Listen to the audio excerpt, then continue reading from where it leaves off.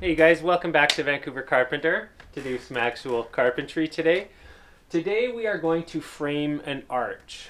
So this is an old school Vancouver house, 100-year-old house, and it wouldn't be an old school Vancouver house without an arch. So the first thing you need to do when figuring out your arch, so it's going in between this little walk through here, figure out your, I believe it's the diameter. So that's your width right here, and I have 33 3/4. So the diameter is the overall length of your circle, and then you need to know the radius, which is half of the diameter. So half of that is 16 7/8. Okay, next, get your piece of plywood, measure out your overall length, which is, in my case, 33 3/4.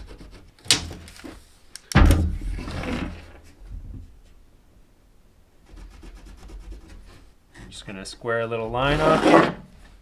Next, take that halfway mark, mark a center, so 16 7/8, right here. Then you're gonna want a little piece of wood that's pretty straight. So I'm gonna make sure I'm marking the middle of the wood, 3/4 of an inch on each part. And now I'm going to go 16 7/8 from here. So this is like our compass.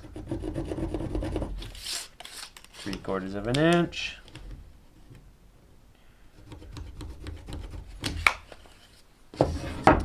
And we'll do this about 1/2 inch up. This is where we're going to screw it into. To spin that compass around, go on your center line.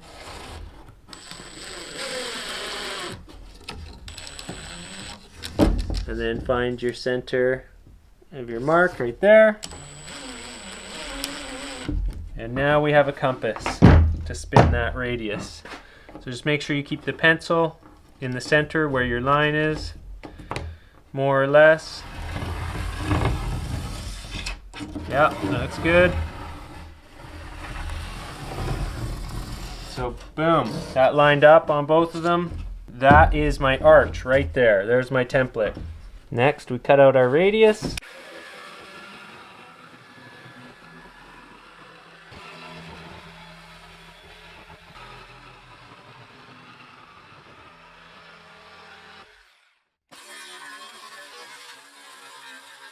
Okay, and now we just mark out the exact same thing. If you have more than one to do, make sure that you write down template on your original one so they all wind up the same. But I don't know why you would have more than one to do.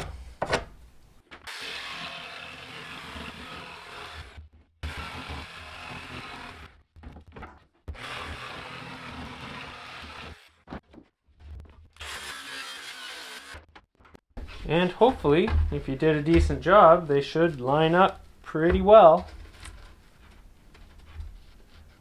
Yep, I would say that's good enough.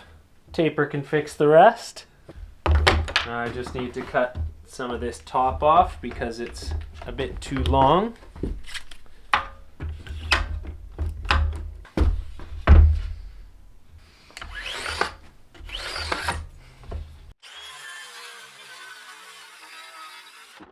Okay, so the next thing we need is something to fasten them onto. So I used 1/2 inch plywood for those, which means that on a 2x4 wall, which is 3.5, that means we need to have a centerpiece that's going to be 2.5 inches. So that's just what I did. I ripped this down to 2.5 inches, and now we're going to screw it up here.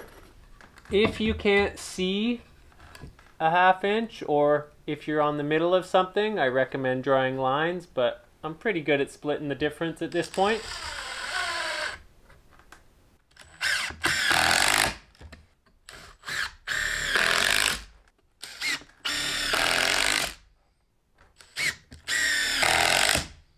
I've got a couple of shorter pieces for the sides.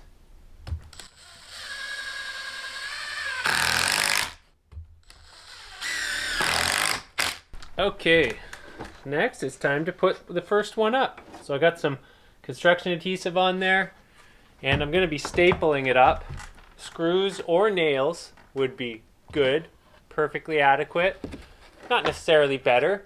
This is just so nice and easy.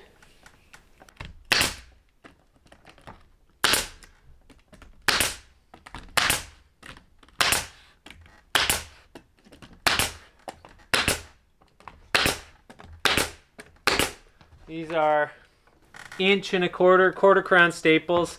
Without the glue, they wouldn't work that well. Okay, next side. Always cool to see it coming together.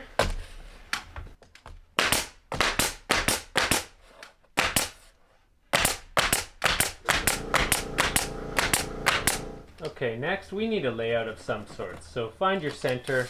And then honestly, I would say go every 6 inches. And it's not like super critical how perfect your layout is here.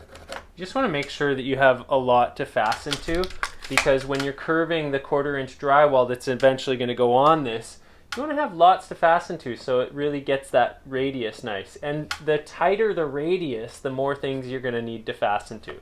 So what do we have here? 1, 2, 3, 4, 5, 6, 7 is how many blocks we need. Okay. Perfect.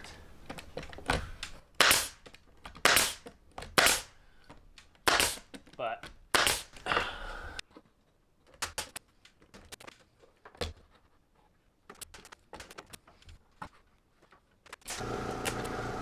so if you notice that this little part comes down about 1 inch more than the other one, that's really a sliver and it's very little difference in width. I wouldn't even worry about something like that, because as it gets boarded, it's going to make it up. But the last thing I want to do here is one last little chunk of wood in here. And we're going to go right up to where it's flush, which is right there. So when I'm fastening my 1/4 inch board, I will even be able to fasten right here around this edge. A couple of screws will bite into there, no problem. So boarding this is going to be a different video. Anyways, let's take a look at this. So as we can see, it's mostly flush everywhere.